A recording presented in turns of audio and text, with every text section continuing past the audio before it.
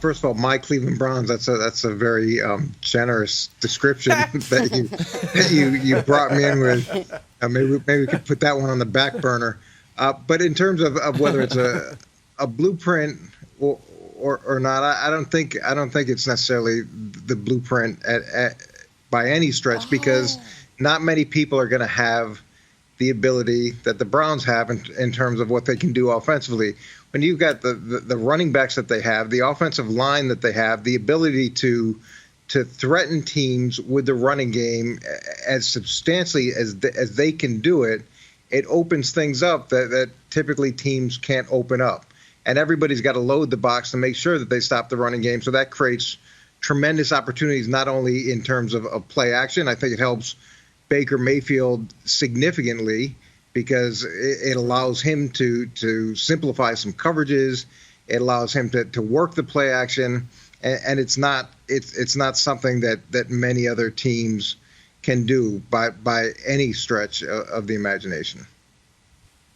So I'm surprised but glad to hear Coach say that, because I almost agree with him. The part I disagree with is, give every team Cleveland's offensive line, give every team Cleveland's running backs. You can't beat Kansas City that way. This idea that, run the ball, time of possession, play keep away. Patrick Mahomes, this is his fourth year starting. One team has beaten the Chiefs that way. The Indianapolis Colts, 3 years ago, in a game Mahomes was injured and Tyreek Hill didn't play.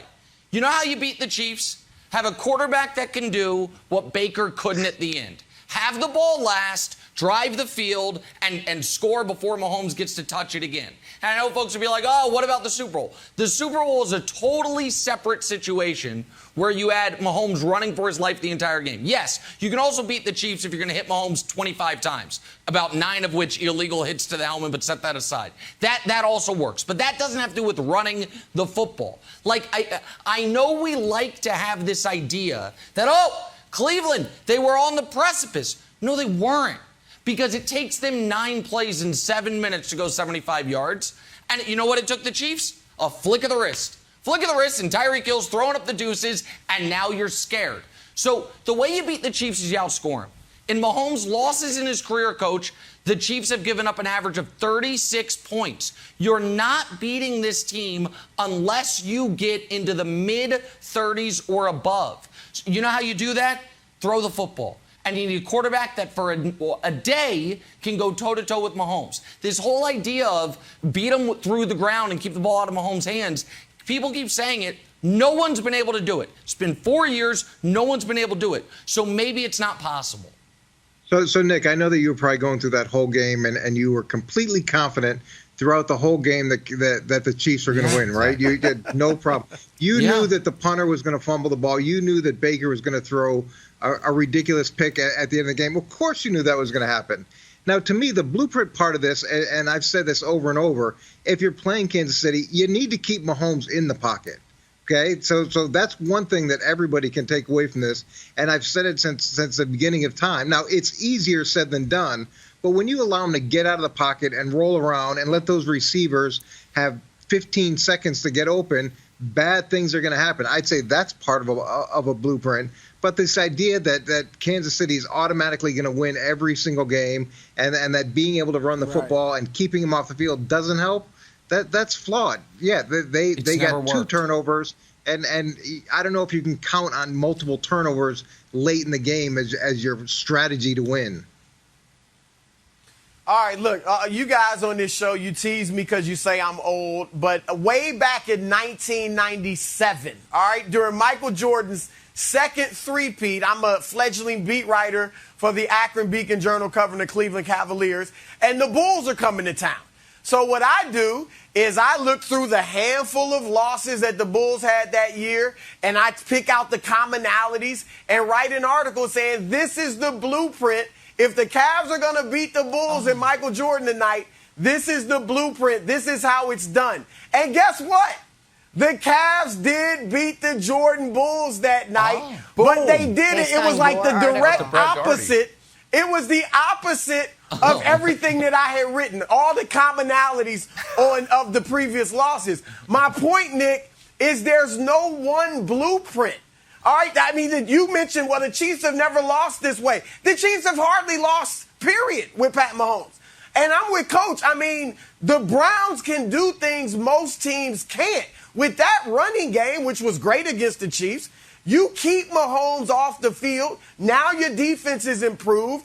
And if you cut down on the turnovers or eliminate them altogether, you may win that game. You can talk about the Ravens. Oh, they're run heavy. They can't do anything with the Chiefs, but they can't throw the ball.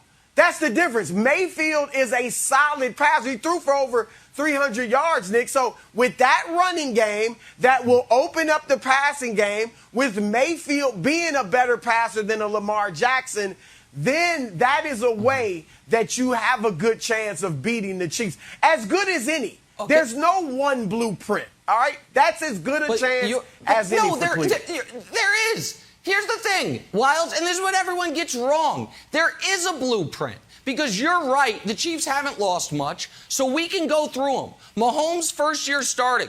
Who did they lose to and how? What happened at the end? Patriots beat them. How? They had the ball at the end and scored 30+ and won. The Rams in that epic Monday night game, they scored 54 and had the ball at the end. Phillip Rivers, final throw of the game, 2-point conversion to beat them. In the playoffs, how'd the Patriots beat them? Brady won the coin toss, because of course they win the coin toss, and Mahomes never gets to touch the ball. The next year, when Mahomes, the Colts beat them the way I mentioned, the anomalous game.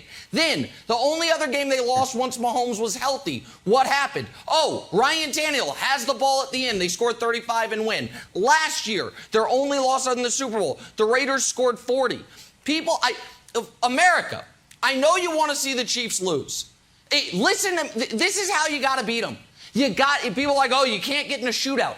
It's the only way anyone has beaten them is to get in a shootout. And I know this. Except Tampa Bay. What was the score of the Super Bowl? That was a shootout, right? Okay. But they hang on. No, hold on a second. What on Tampa? Hold on a second. Wait a minute. Did Tampa win the game because they played keep away? Because they ran the ball? No. Yes. There is another way. There is another way. 33-9. Make 31-9. Make the Chiefs offense, hold the Chiefs offense in single digits and make Mahomes look terrible. Good luck at that. I don't think you're going to be able to do it, but if that's the game plan, so be it. That also works against every quarterback in league history. Harass them the entirety of the game. But that's not what we're talking about. Yes, I agree. That's the other way. One team has done it, and God bless. Bully for them. Wildes, people have it wrong. You've got to go score 35. You want to beat Kansas City. You're not going to do that with 6-yard Nick Chubb runs. And I'm so sick, Wildes, of folks acting like the muffed punt mattered. Does anyone actually think the Chiefs weren't going to drive the field and score? Do you actually think they weren't going to score? That stadium obviously mattered. Do you think they weren't going to score? Can you guarantee that they would? I don't know, but it's certainly they gave him great field position, and that was the moment that everyone realized that Cleveland was going to Cleveland, and you celebrated. I have intel from watching with Dusty that you were celebrating like Christmas morning when you saw the punt, so don't tell me it was inconsequential. Coach, spin it forward. What do you think the Ravens learned from this the Browns game? Do you think the Ravens are coming in and going to have a big bounce-back game against the Chiefs? Or is it just like, Derek Carr just torched us. Mahomes is probably going to do it too. Well, they're totally different teams, and to Chris's point, they don't throw the ball as effectively as Cleveland throws the ball, and that's one of the biggest problems. And defensively, they're going to bring a lot of different looks. They're going to try to disguise coverages, and if they don't keep Mahomes in the pocket, that's going to go really poorly for them over the course of the game. And I'm not sure if they have the discipline to keep Mahomes in the pocket. But there is going to be a significant amount of disguising coverages, bringing different looks, trying to take away their playmakers, and they're just not built the same way that Cleveland is. So I don't know how effective the passing game is going to be against Kansas City. Yeah. Keeping Mahomes in the pocket is like winning a land war in Asia. It sounds good. No one's ever done it, but one day it'll happen. Maybe. We'll just keep throwing. It's not going to happen. To be clear, since Dusty absolutely sold me out, I did celebrate the muffed punt because I had the Chiefs at a bad number, bet them early in the week at -6.5, and I thought the muffed punt would allow them to cover. I needed the extra possession, not because I was worried they were going to lose. They were never going. You can't beat them that way. Thanks for watching. Subscribe here to get the latest from the show. Also, be sure to check out more of the best clips from First Things First, or go watch a few segments from our other shows on FS1.